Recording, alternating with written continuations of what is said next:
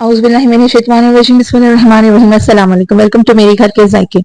आज मैं आपके लिए बहुत मज़ेदार अचारी बैंगन की रेसिपी लेकर आई हूँ। रेसिपी तो चलते हैं। मैंने बैंगन को स्लाइस के शेप में काट लिया था और इसी तरह मैंने आलू को भी काट लिया था और अब इनको हम फ्राई कर लेंगे।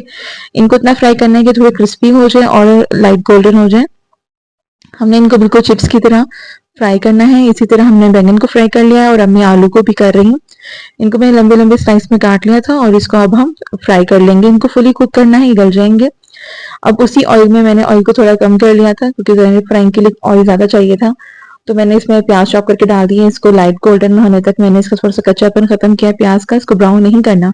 और इसके अंदर मैंने अदरक, लहसुन और टमाटर की प्यूरी वो ऐड कर दी। तब इसमें कुछ मसाले डालेंगे जिसमें है हल्दी, नमक हस्बे जायका, लाल मिर्च, भुना कुटा हुआ जीरा, लाल मिर्चें जो मोटी उनको मैंने ग्राइंड कर लिया था।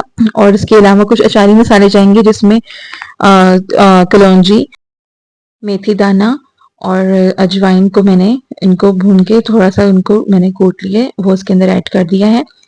और इसके अंदर थोड़ी सी साबुत लाल मिर्चें, कसूरी मेथी, ये सब मसाले इसके अंदर डाल के इसको हम मसाले को हम अच्छे से भूनेंगे।